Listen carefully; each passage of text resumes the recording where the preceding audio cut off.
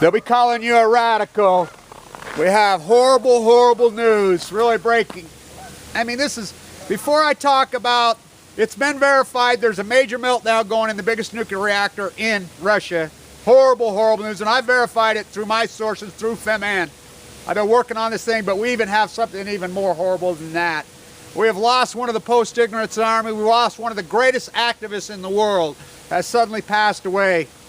Chad has passed away, and I want to post these videos. That's him standing next to me. And all my activism, everything I've done, that was the most powerful. Shirtwaist Fire. He was awesome. He was incredible. He was, I could count the really great, great human rights activists through this genre that has been so powerful, that has been so abused. First off, I can identify both on a couple hands. He's one of these guys. I mean, one of the, Chad, 49 years old, he passed on his keyboard unexpectedly, out of the blue, just dropped. Wow, this is horrible, horrible news. One of the greatest human rights activists in the world. I mean, his writing skills were brilliant. His mind was brilliant. I will say this about all the human rights activists that I've come to know, and people, you know, we get in the street, and I want people to understand the Million Mass March, Flood Wall Street, all this. I want to talk about how the evolution of all this came to be. People talk about me in the street, whatever. People don't even realize that I'm the guy that invented most of this stuff. I'm the guy that started most of this stuff. That, you know, one of the people that created these movements. They're too blind to see. He saw.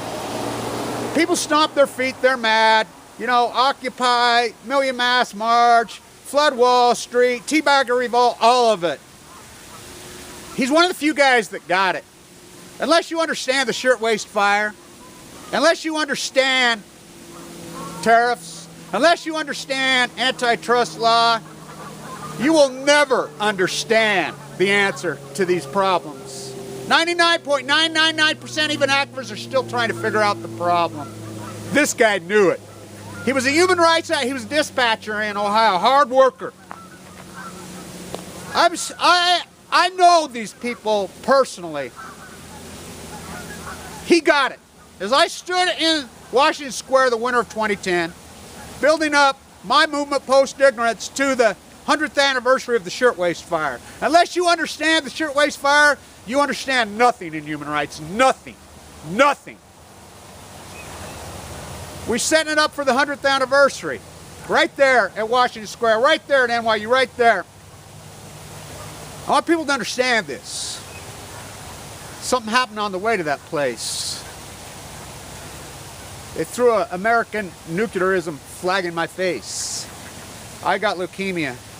So many of our great group, and I've left all the comments up, I want people to understand this genre that has been hijacked by the lunatics and the maniacs and the idiots and the fools. This is serious, serious hardcore activism. This is serious hardcore literature. This is the most serious hardcore art of a generation, beyond a generation. This art is everything. Post-ignorance is everything. These are people's lives. This is the real fight. Just because you can't see, he could see. He was one brilliant activist, human rights activist. Brilliant. His mind was genius. He understood. He got it. He understood that the nuclearism was the top of the heap. It's a heartbreaking, heartbreaking day. I just found out this news this morning. You know, as I read the Lord's Prayer all the time, for I have walked through the valley of the shadow of darkness, I fear no evil. For his rod and his staff, they guide me. Chad was a very spiritual guy. I knew him very well. He stood right there with me. Both of us. I looked over him and he looked at me. This video, both got tears running down our cheeks. That was one powerful day that I will never forget. It took me 3 years to get to that place in the bone marrow transplant unit. Dana, her brother, goes into her room and she's dying of leukemia all over this YouTube site. Her comments. Paul, his comments are all over. I want people to understand these blood cancers, when they use acute, survival rate so low. There are dozens and dozens, if not hundreds, in my YouTube site fighting for their lives. So many of them have passed. This is a heavy blow to us. he used to tell me, I take my keyboard activism very seriously, and he did. He was the best. He was the greatest. What a writer he was. What a mind he was. He did an interview. He got an interview with his job in Ohio on television without hesitation. He almost lost his job over it. I mean, he had guts. He was articulate, without hesitation.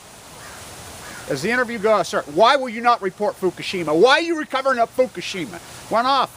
That was a big step for him to do that. I mean, his career, his job, all of it. But he did it. He stood up. You know, when they tried to reprimand him his job or anything, they knew he was so valuable and he was so smart and he was so good. This is a big blow to the nuclear disaster in Russia. This is a catastrophic blow, and we know this because we have one of the freelance great blogger who's tracked the contamination, and that's what we've been watching for. Some heavy readings in Belgium and Germany right after it happened. On November 28th is when the first one was reported. Now, I'm using the so-called ministry czar of the Ukraine, and I want people to very much understand. When you talk about Ukraine, you talk about Russia, there's a war going on over there. There's a war going on all over this nuclearism war. It's a hardcore, brutal war that we're in. We're on our own. We're fighting this. As David reached into the bag, and he pulled out the stone, and he slung the stone, and the stone struck the Philistine in the forehead, and it embedded in the giant's forehead, and the giant fell to the earth. That's what this is. This is very real. This is very real. This is very, very serious literature. This is very, very serious activism with the most powerful genre in the history of mankind, called the YouTube camera. Wow. He used the word, his first day on the job, yes, there's been an accident.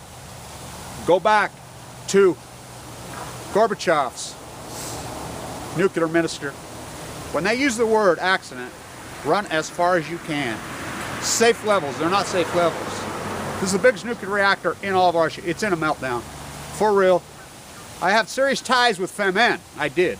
And the reason I've had problems with that is because the ties I've had with Femen, they're all dead.